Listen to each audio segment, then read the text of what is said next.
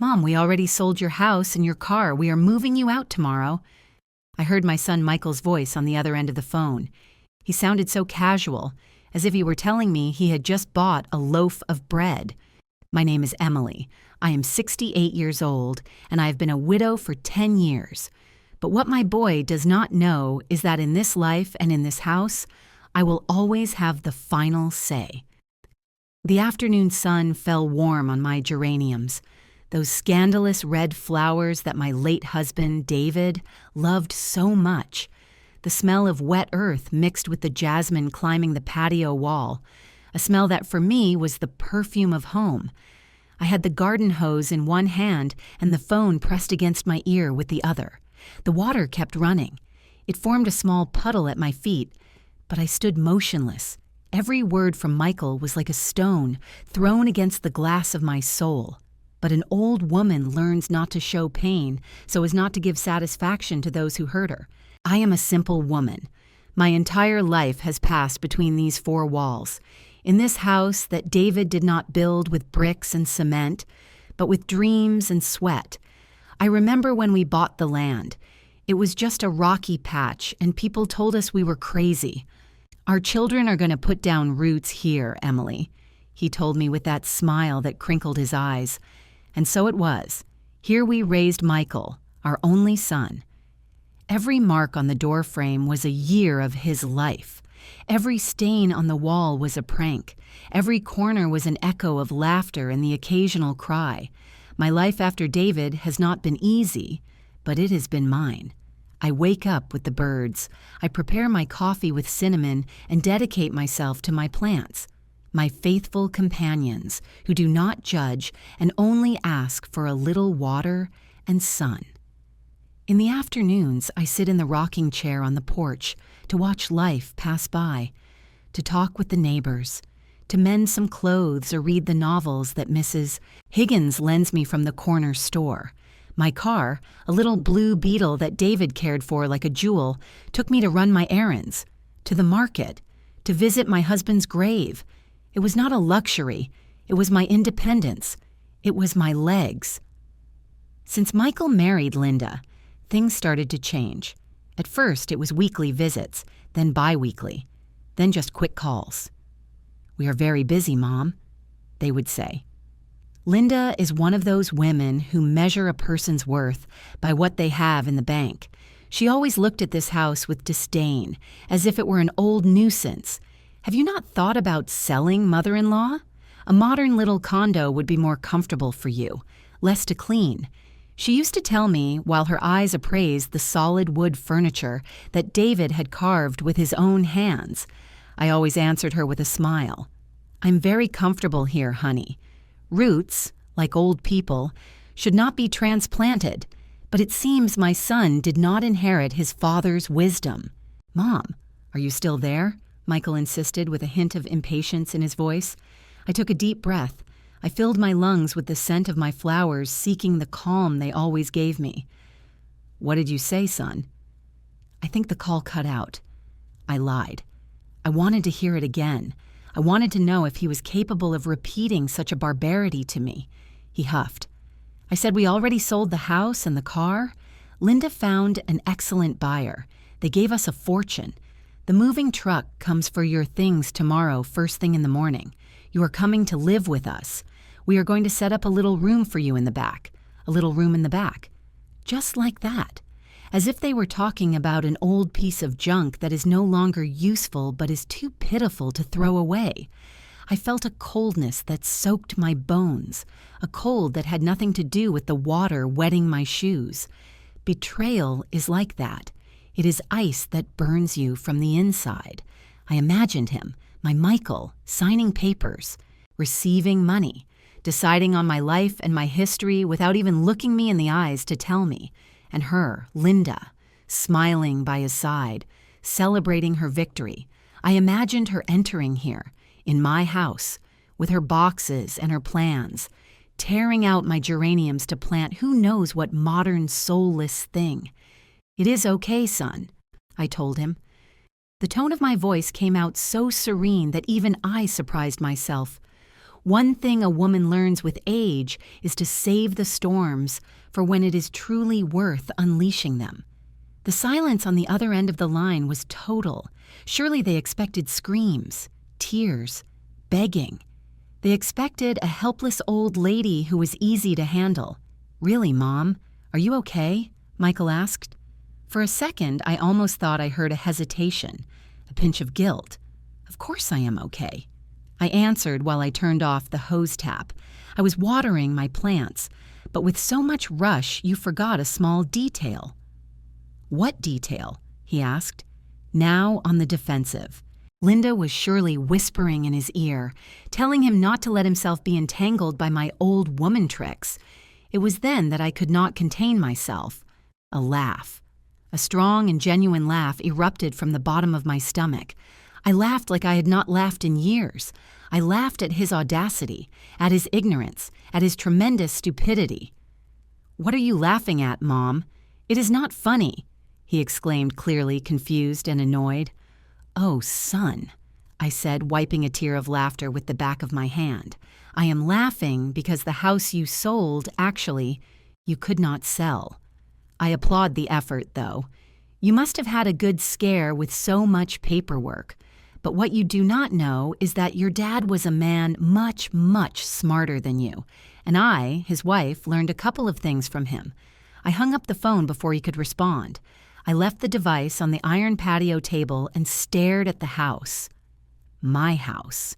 The sun reflected in the windows, and it seemed like it was winking back at me. The indignation I felt was like a fire, but instead of consuming me, it began to give me heat, to ignite me from within. They messed with the wrong old lady. They thought my wrinkles were a sign of weakness, that my gray hair meant surrender. They did not know that every wrinkle is a lesson learned and every gray hair is a battle won. I went into the house and the smell of my afternoon coffee welcomed me. Everything was in its place. David's portrait on the fireplace with his eternal smile. My knitting half finished on the armchair. The books stacked next to the lamp. It was a sanctuary of my life, and no one was going to profane it. My son and his wife had confused my patience with permission, my love with blindness. I went directly to David's small study, a room I kept impeccable just as he had left it. The smell of old paper and cedar wood remained intact. I opened the bottom drawer of his desk, a drawer with a double bottom that only I knew about. I reached in and took out a thick leather folder somewhat worn by the years.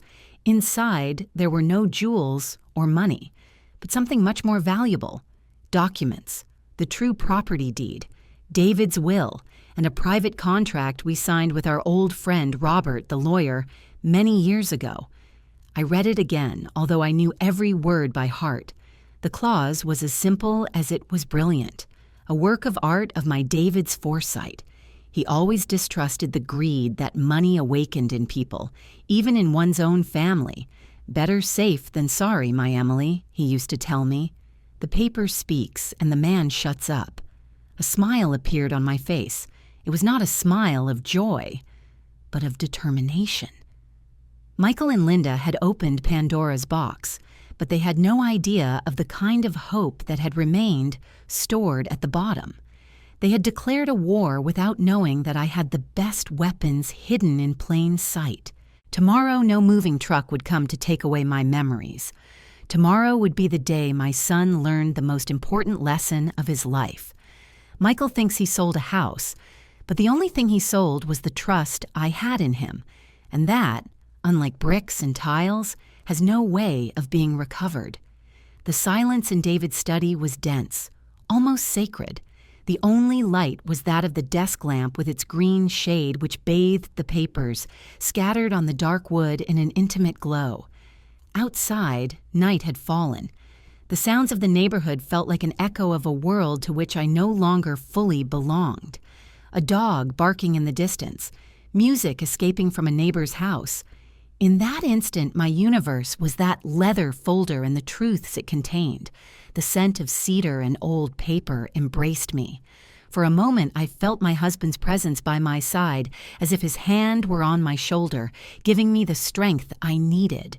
My fingers stained with the earth of my geraniums trembled slightly as I reviewed the lines of the main document. It was not a common property deed. Legal words are sometimes tangled, made to confuse. But David had ensured that Robert, the lawyer, explained it simply. The key term was life estate. A beautiful word, actually. It meant that the house was my fruit, my use, my life, until my last breath. Michael appeared on the paper as the remainder man. What a fitting word, because his hands were tied. He owned the walls, the roof, the floor, but not the soul of the house. The soul was mine. He could not sell or rent or kick me out without my signature recognized before a notary public while I was in full use of my faculties. So what papers had Michael signed? What trick had he used to deceive a supposed buyer? The only explanation was fraud, or an unscrupulous lawyer, or worse still, the arrogant ignorance of my son believing that my signature could be forged, or that my will was worth nothing. I felt a pang of pity for him. I gave him an education. I taught him to be straight, to look people in the eye.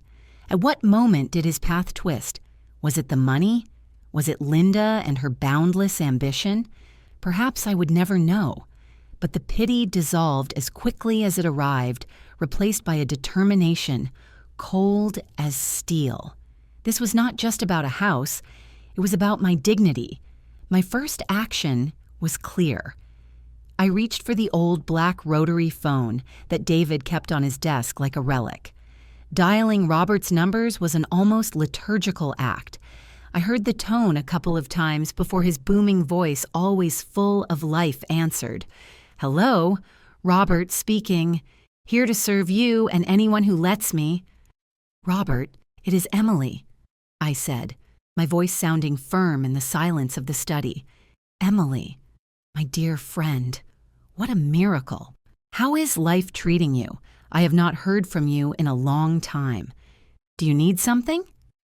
"Legal advice or just the gossip of the week?" he joked. "A little of both, Robert." "But more of the first," I replied. I proceeded to tell him calmly and without omitting detail about Michael's call. The silence on the other end of the line became heavy. I could imagine Robert taking off his glasses and rubbing the bridge of his nose, his habitual gesture when something upset him. When I finished, Robert exploded. "Damn it all, that boy is a scoundrel. Emily, what he did is a crime called fraud. It has absolutely no validity. You do not worry one bit. I will untangle this mess faster than a sigh. The nerve. Messing with the widow of my best friend David. Tomorrow, first thing in the morning, I will be at your house with my entire arsenal." His loyalty and his fury were a balm for my wounded spirit. "Thank you, Robert. I knew I could count on you. I have the folder with the originals we signed here. Keep them safe, Emily. It is our secret weapon," he told me, his voice now calmer, more strategic. "And a piece of advice. You pretend you know nothing. Play along. Let them get tangled alone in their own web of lies. The further they advance, the bigger the hole they dig." I hung up the phone feeling 10 years younger. I was no longer alone. But the night still reserved one more surprise for me. As I put the papers away in the leather folder, my fingers brushed against something else at the bottom. A thick envelope yellowed by time with my name, hand-lettered in David's unmistakable handwriting. My heart skipped a beat. I had never seen it. Carefully, I broke the seal.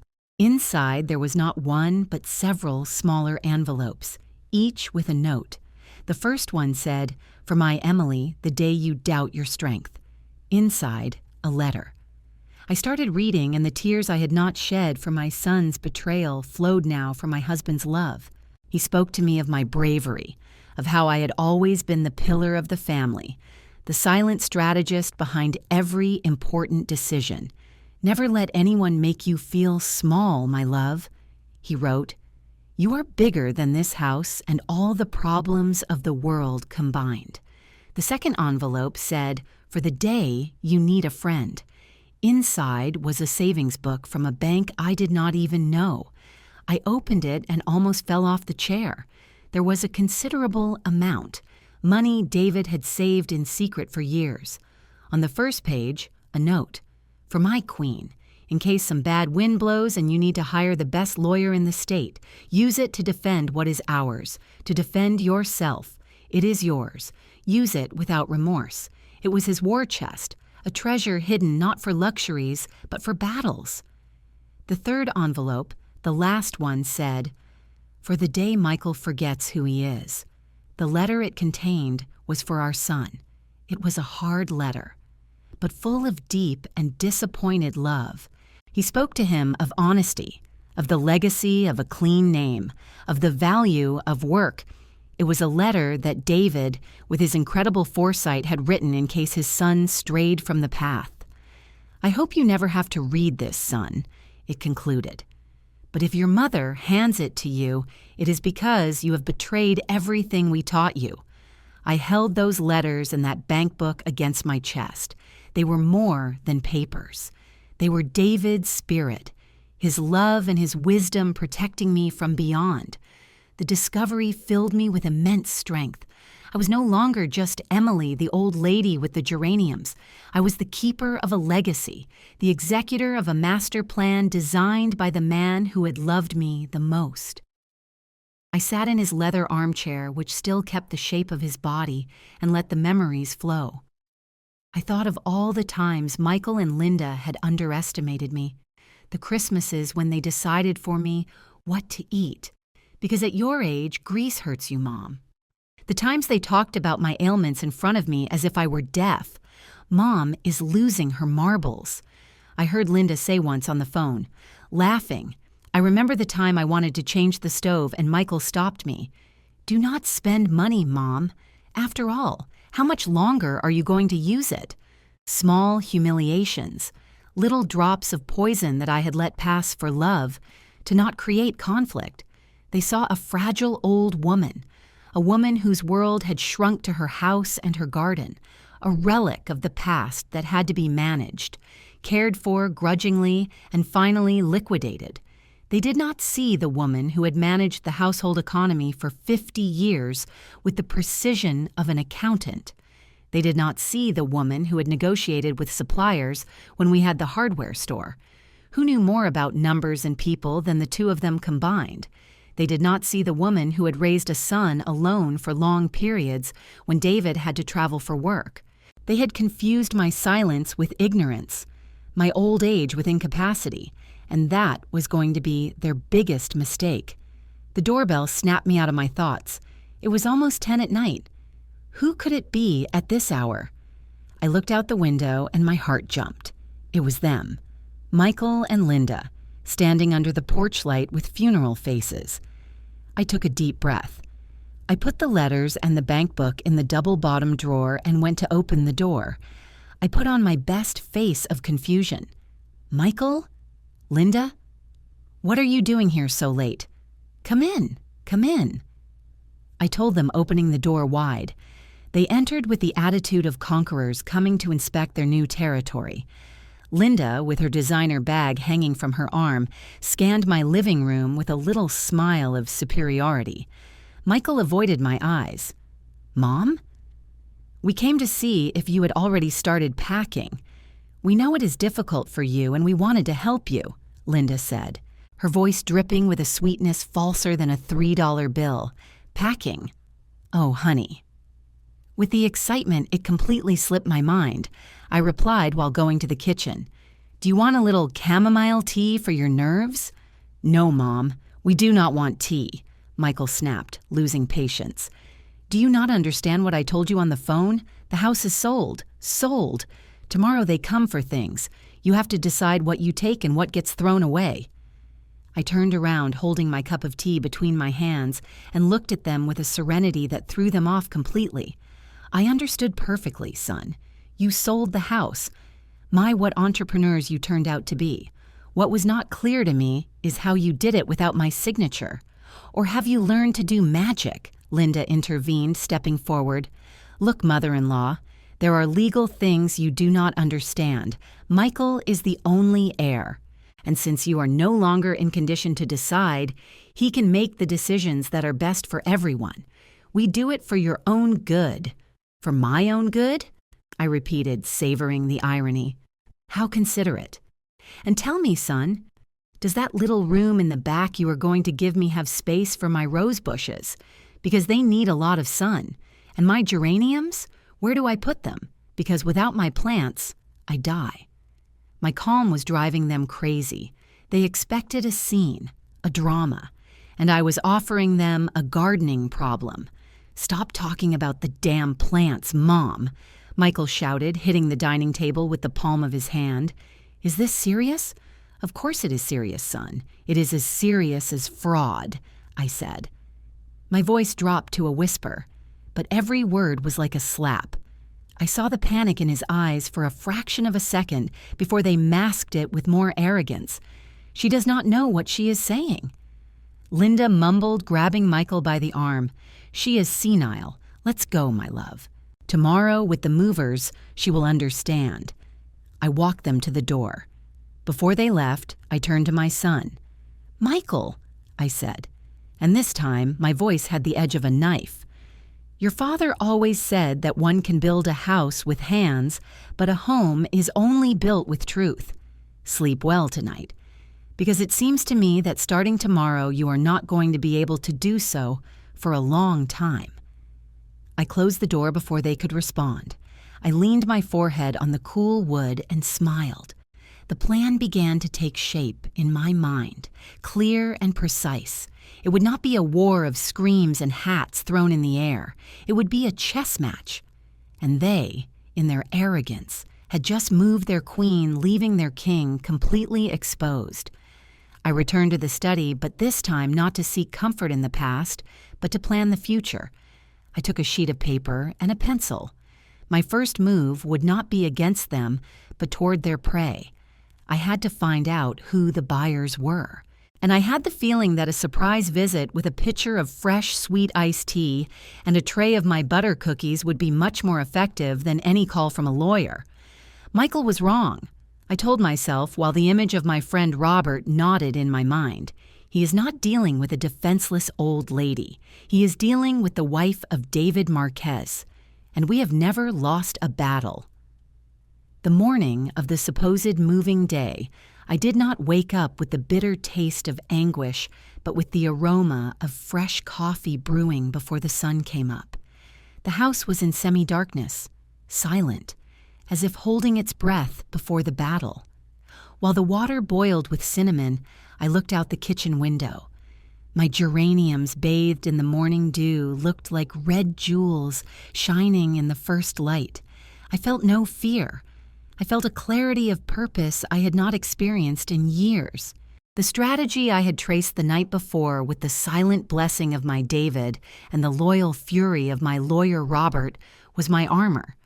My first move was of a simplicity that bordered on the ridiculous. After having my coffee and eating a sweet roll, I dialed my son's house number. I knew Linda would answer. She always did, as if she wanted to screen her husband's calls. "Hello," her voice said. Sharp as always. I put on my most fragile voice, the one I used when I wanted them to think I was losing it. "Linda, honey, good thing you answered. It is your mother-in-law. I am a little confused with all this moving stuff. Are the boys from the truck arriving soon?" I heard her sigh of impatience. "Yes, mother-in-law. They are on their way there. Michael is with them. Please do not give them problems. Be cooperative." "Of course, honey, of course," I said with feigned docility. "But look, I forgot a little detail. The gentleman who bought the house, what is their last name?" I wanted to leave a message with a neighbor in case I need to go to church or run an errand so they can give them the keys. I would not want them to arrive and find no one. There was a pause. I could hear her consulting with Michael in the background. It was the perfect bait, the forgetful and devout old lady who worries more about Mass than losing her house. Michael took the phone. "Mom, their last name is Thompson. But do not worry about the keys. I will take care of everything. You just stay there and do not move. Thompson. Thompson. I repeated as if trying to memorize it. What a nice last name, and are they from nearby? Just to know who to leave the message with. Michael, desperate to hang up, blurted out the information. They live on Tulip Street, number 42. Now please, Mom, I have to go. Thank you, son. God bless you, I told him with my sweetest voice. And I hung up. Tulip Street, number 42. I had my target. The first thread of the web was in place. Just at 9 in the morning, a huge, noisy, and ugly truck parked screeching in front of my gate. The name Future Movers was painted on the side, an irony that made me smile. Michael got down from the cabin with an unfriendly face, followed by Linda, who arrived in her own car, made up and dressed as if she were going to a party and not an eviction. But the scene they found was not what they expected. There was no old woman crying nor barricaded doors. There I was, sitting in my rocking chair on the porch with a pitcher of ice-cold sweet tea and a plate of my freshly baked butter cookies on a small table. I was wearing my Sunday floral dress and my best smile. "Good morning," I greeted them with joy. "You arrived just in time for the heat. Do you want a glass of iced tea?" "And you boys," I said to the two burly and sweaty men from the moving company. "Before starting, have a glass. The work is hard." The men, surprised, accepted with gratitude. Michael and Linda stood stunned. They looked at me as if I had grown a third head. Their bewilderment was so thick you could cut it with a knife. "Mom, what is this?" Michael hissed, approaching. "Why are you so calm? And why shouldn't I be, son? It is a day of much movement. You have to take it with philosophy."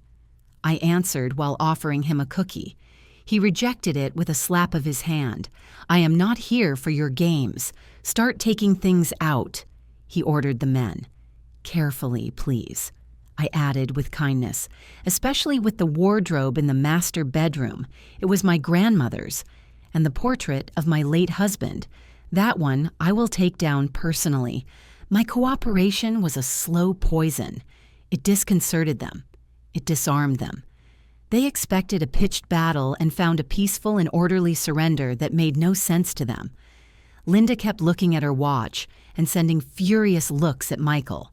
Where was the drama? The crisis? The justification for their cruel act? I was not going to give it to them. While they gave orders, I went into the house. I prepared a basket with the best cookies. I filled a thermos with sweet tea and went out the back door. No one noticed. They were too busy dismantling a life they thought was theirs.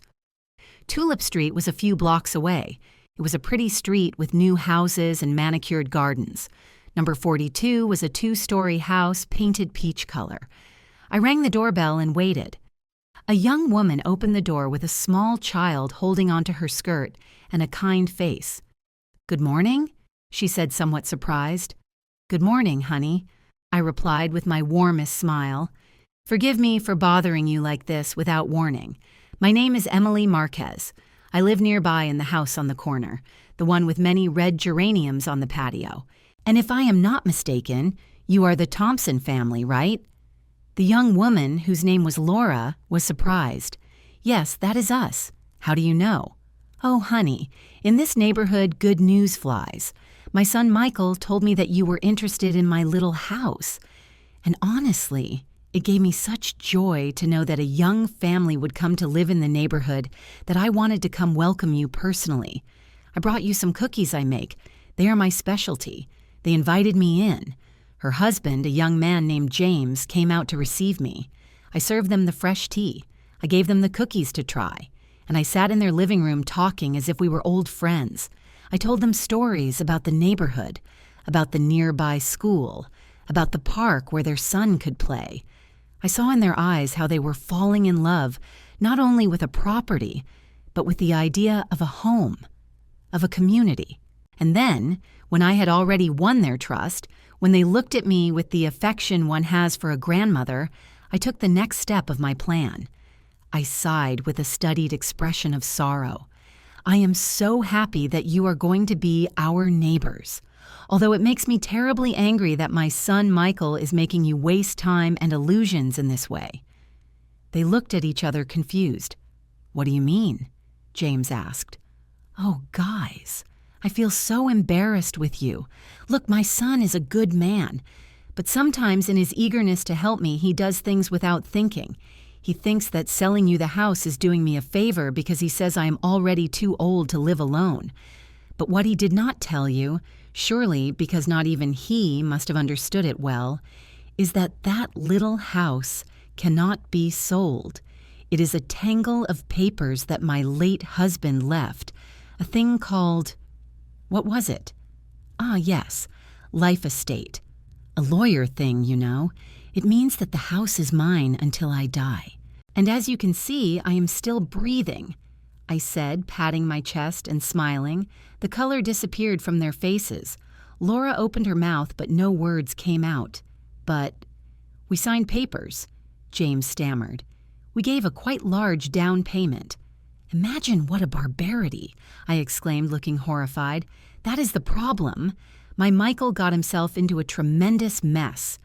But do not worry. My lawyer, Robert, who is one of the good ones from the old days, is already looking into everything so that they return every last cent to you. I just wanted to warn you in person, because I would be very ashamed if decent people like you were deceived by a foolishness of my son. My strategy was clear. Present myself as a kind old lady, a victim along with them of the clumsy actions of a well-intentioned but mistaken son. I did not accuse them. I did not threaten them. I did not attack Michael directly. I turned them into my allies, into companions of misfortune. I walked back to my house with the same calm with which I had left. From the corner, I saw that the truck was still there. The men were about to take out the big armchair from the living room, David's favorite. Michael, red from the sun and rage, was shouting at them to hurry up. Linda, sheltered in the shade of the porch, was talking on her cell phone, surely showing off her new acquisition. I entered the patio just as Michael's phone began to ring. I saw him answer with a gesture of annoyance, but his expression changed. He turned pale, then green. He opened his eyes wide and his jaw tensed. He was listening, without a doubt, to the furious voice of James Thompson on the other end of the line, claiming the deception. His eyes sought mine across the patio. I was standing next to my rose bush, pruning a dry leaf with gardening shears, as if nothing were happening. I looked at him steadily, without smiling, without challenging, just holding his gaze, and in that instant he knew. He saw the complete puzzle, my calm in the morning, my cooperation, my mysterious exit. He understood that it had been neither surrender nor senility. It had been a strategy. He saw for the first time in his life not his mother, the old lady, but an adversary who had surpassed him in every move. He hung up the phone abruptly. Linda approached him, asking what was happening. He pushed her away and walked toward me with furious steps. The movers stopped with the armchair, halfway feeling the electricity in the air. "What did you do?" he shouted at me, his voice a low and trembling growl. "Did you go see them?" I left the shears on the wooden railing. I looked at him with a tranquility that infuriated him even more. "Me? Nothing, son. I just went to meet the new neighbors. They seemed like a lovely family. A pity that their deal is not going to go through. We would not want such good people to be victims of fraud, right?" The word fraud remained floating in the hot midday air, heavy and dangerous. Linda approached, pale. "What are you talking about, Michael? What is this about fraud?" "It happens," I continued, my voice as soft as velvet, "that my lawyer Robert reviewed the papers of the supposed sale and says there is a small problem, the signature authorizing the sale, mine. Well, it turns out it is falser than a politician's promise. And since I have not signed anything because my right hand still obeys me, well, all this is theater. A crime, I think they call it. But do not worry, Michael. Robert is going to take care of fixing this misunderstanding." It was a partial revelation, a precise thrust that did not accuse him directly of being a forger, but left the truth exposed in an undeniable way. I was showing him my cards, but only enough for him to know that his game was over. The midday sun beat down, but the only ones sweating cold were my son and my daughter-in-law. They had just realized that the moving truck was not going to take my things. It was taking away their hopes of easy money and their lies. The chess match had reached a critical point, and their king was finally in check. The patio remained suspended in a dense and heavy silence, only broken by the buzz of a solitary fly dancing under the relentless sun. My words, a crime, I think they call it, had fallen like a stone in a well, and the shockwaves now paralyzed everyone present. Michael looked at me with a mixture of fury and panic. The color had completely abandoned Linda's face, leaving exposed a mask of disbelief. Even the movers, two giants who earned their living with brute force, had remained still as statues, holding my husband's armchair halfway, afraid to move in any direction. The tension was a living animal between us. The first to react was one of the movers. He looked at his partner, then at Michael, and with a voice raspy from effort and discomfort said, "Sir, with all due respect, but if there are problems with the papers, we are done here. We do not want to get into trouble with the law." He left his side of the armchair on the floor with a dull thud, a sound that was like the gavel of a judge.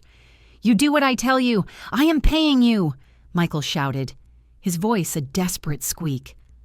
Just at that moment, a black and elegant car, impeccable under the dusty sun, stopped smoothly behind the moving truck. The driver's door opened and my lawyer Robert descended. At 70 years old, with his completely white hair, his perfectly ironed linen suit, and the leather briefcase in his hand, he looked like a Roman senator entering a market brawl.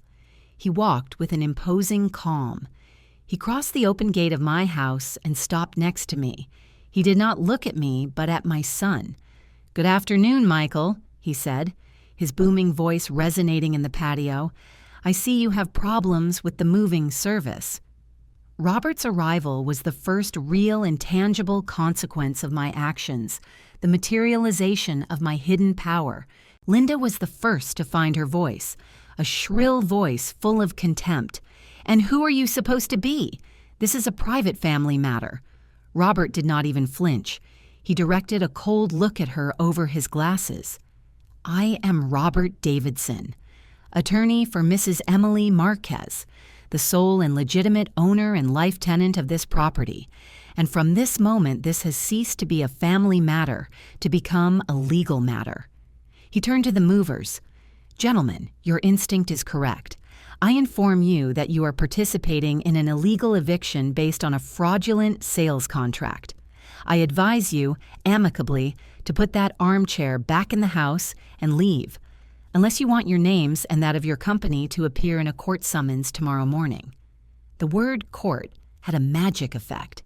The two men needed no further explanation. With surprising speed, they put the armchair back in my living room. They closed the doors of their truck and, without even asking for payment, got into the cabin and waited. The first domino had fallen. Michael, seeing how his authority crumbled, turned to me, his face decomposed by despair. He tried his last weapon, the one that had always worked for him: emotional blackmail. Mom, please. How can you do this to me? I am your only son. Everything I do is for your own good, so that you are not alone." "Silence, Michael." Robert cut him off sharply, but I raised a hand. "Leave it, Robert. I will handle this."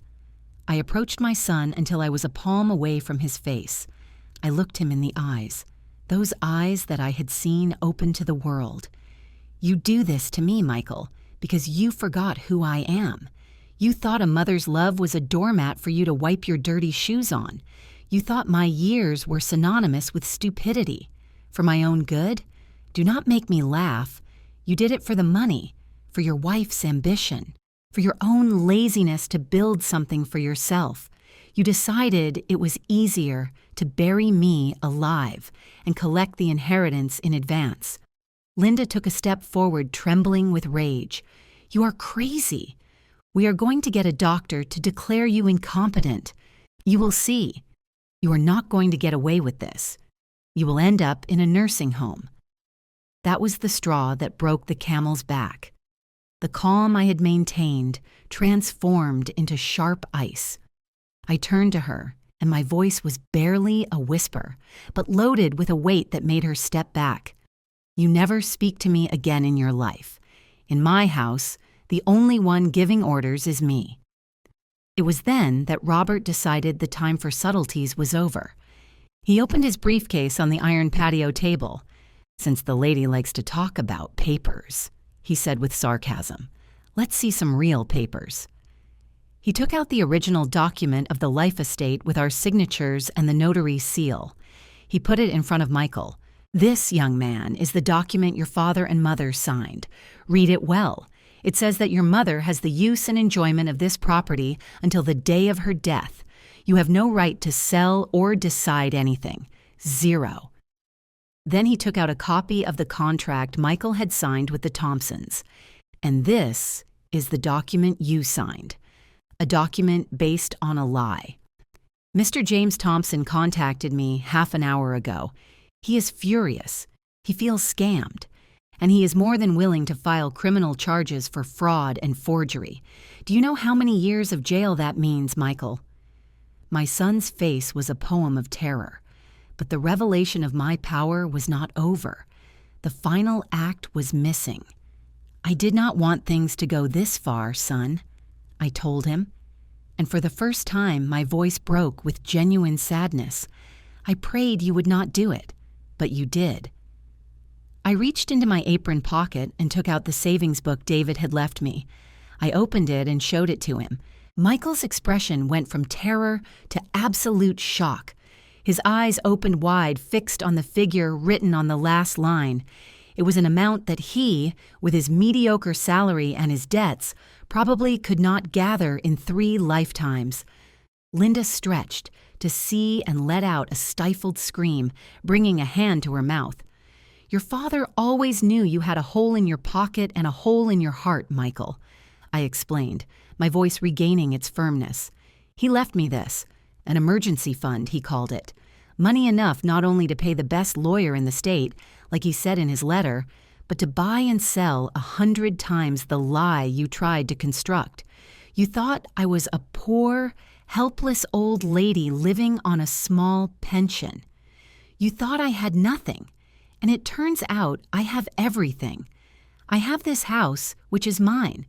I have the law on my side, and I have my own independence. The one your father made sure no one, not even his own son, could take from me." The silence that followed was thunderous. Michael and Linda's universe had collapsed. Their plan, so perfect in their greedy minds, had crashed against a reality they had never been able to imagine.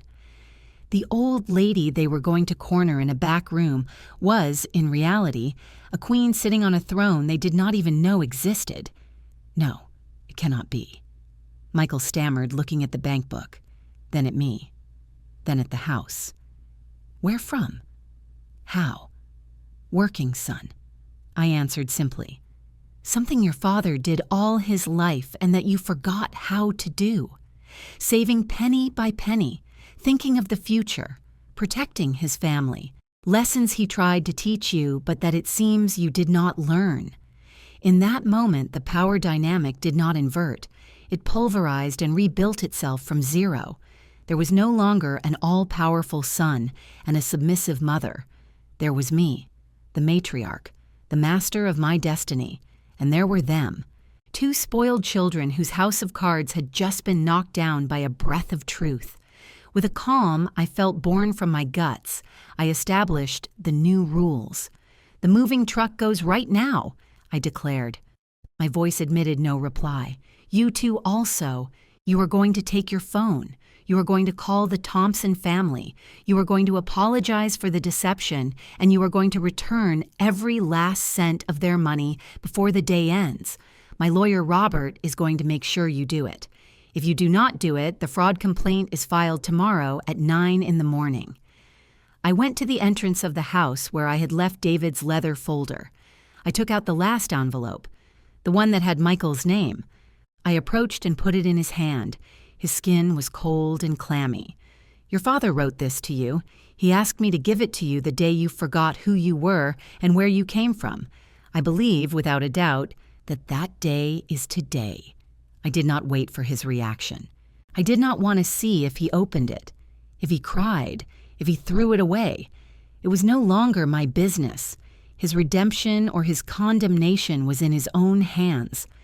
I turned my back on them, a gesture that, for me, signified the end of an era of patience and the beginning of my own peace. I walked toward my pots.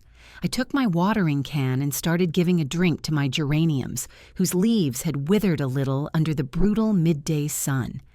My attention was focused on them, on life, on what grows, on what endures.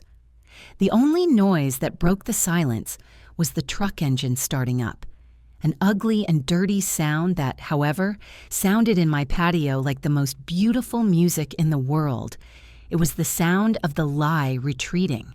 It was the sound of my life, my house, and my dignity returning to their rightful and unique place. 3 months have passed since the day the moving truck left with its tail between its legs. The morning sun now filters through the leaves of the bougainvillea painting spots of violet light on my patio floor. The air smells of fresh coffee, wet earth, and peace. My new reality has settled with the same slowness and certainty with which my rose bushes have sprouted new shoots. The house breathes differently. It feels lighter, more mine. It is no longer just the sanctuary of David's memories. Now it is the headquarters of my own life, the kingdom where Emily Marquez is the sole and absolute sovereign. My routine remains the same in appearance. I get up early, I take care of my plants, I prepare my food. But inside, everything has changed. I no longer tiptoe through my own existence. I had the old pepper tree that blocked light from the kitchen pruned, and now the sun floods in every morning. I am planning to paint the facade. Not white like always, but a cheerful yellow that matches my sunflowers. They are small acts of a rediscovered independence. Every decision, however minimal, is an affirmation of my will, a reminder that this is my space, my time, my life. My neighbors look at me differently. Mrs. Higgins gives me bread on credit with a conspiratorial smile, and the other ladies of the neighborhood, when they see me pass, lift their heads and greet me with a respect that did not exist before. History, like water, found its own cracks to filter through, and although no one speaks of it openly, everyone knows that the old lady with the geraniums is not as fragile as she seems. My lawyer Robert visited me last week to close the matter. He told me, with poorly disguised satisfaction, that Michael and Linda had kept their word. They had to sell her car, the one she showed off so much, and ask for a shameful loan to return every last cent to the Thompson family. The charges were never filed. As I asked Robert, I do not seek revenge, only justice. Robert told me they had moved to a much smaller apartment on the outskirts of the city. Ambition sometimes charges you the bill with very high interest. And then, 3 days ago, Michael came to see me. He came alone. He stood at my gate with his shoulders slumped and his gaze fixed on the ground. He looked thinner, older. I let him in but did not invite him to the living room. We sat on the porch in 2 wicker chairs like 2 strangers. He did not ask for forgiveness, not directly. The words would not come out. Instead, he took his father's letter out of his wallet. It was wrinkled, stained, as if he had read it 100 times in the rain. "You were right, Mom," he told me. His voice barely a murmur. I forgot everything. He told me that Linda blamed him for the disaster, that his marriage was a daily battlefield. He told me of the burden of debt, of the humiliation. I listened in silence without interrupting. The resentment I once felt had dissolved, leaving in its place a deep and serene pity. When he finished, there was only the sound of cicadas in the trees. "The first step to finding the way back, son," I finally told him, "is to admit that you got lost. Your father would not have wanted to see you like this, but he would have demanded that you get up with your own strength, not with that of others. I did not offer him money. I did not offer him solutions. I offered him a glass of water and the truth. A mother's love is not covering the holes her children dig, but teaching them to use the shovel. He left as he arrived, in silence. Perhaps for him, it is the beginning of a lesson. For me, it was the definitive closing of a wound. The impact of that day has extended beyond my family. Laura and James Thompson, the couple they almost scammed, are now my dearest friends. They found another house a few blocks away and come to visit me every Sunday. Laura says my butter cookies are the best in the world, and James helps me with the small repairs that used to worry me. Their little son, Matthew, runs through my garden chasing butterflies and calls me Grandma Emily. My house, which for a moment was about to become a symbol of betrayal, is now a place of meeting, of new laughter, of life renewing itself. Inspired by this, I have started something new. Thursday afternoons, my patio becomes the Geranium Club. Mrs. Higgins, my neighbor Connie, and other women from the neighborhood come, many of them widows or alone like me. They bring sweet bread, coffee, and we share stories. We talk about our children, of our sorrows, but above all, of our dreams. We discovered that loneliness becomes smaller when shared. We have become a support network, a chosen family. Emily's house, Connie told me the other day, is now a lighthouse for those who sometimes feel invisible. Last night I sat in David's old leather armchair. The house was calm. I looked at his portrait on the fireplace, his eternal smile, and I conversed with him as I often do. I told him everything. I told him of the fear I felt, but also of the strength I discovered. I understood in that moment that the battle for my house had been, in reality, a battle for myself. For years, without realizing it, I had allowed the image others had of me, the old lady, the widow, the mom, to become my own image. I had shrunk to fit into the small space they had assigned me. My son's betrayal was a terrible blow, but it was also the shake I needed to wake up. It forced me to look inside myself for the weapons I already had, my intelligence, my history, my courage. One learns with age that respect is not something given to you. It is a territory you defend every day with small and large acts, and old age is not a waiting room for death. It is the National Archive where the maps of all battles won and lessons learned are kept. I thanked my David not for the money he left me, but for something much more valuable, for having loved me in a way that always reminded me that I was strong even when I forgot. My future is no longer a repetition of my yesterdays. It is a blank canvas. With a part of David's savings, I have decided to do something we always wanted: see the ocean. Robert helped me hire a travel agency. Next month, I will go to the coast. I will see the sunset over the Pacific. I will put my feet in the sand and tell the sea my husband's stories. It is a trip for him, but also for me. This afternoon, while I was watering my flowers, Matthew, the Thompson's son, approached with a small, empty pot. He asked me if I could teach him to plant a flower. I took one of the youngest shoots of my geraniums, a small plant full of life, and together we put it in the new earth. I explained how to care for it, how to talk to it, how to give it sun and water. Seeing his small hands dirty with earth, his concentrated face, filled me with immense joy. My house was no longer just a refuge of memories, but the starting point for all the days I had left to live. And I, Emily Marquez, widow of Marquez, but above all, owner of Emily, was finally ready to plant a new garden, one that would bloom far beyond these four walls.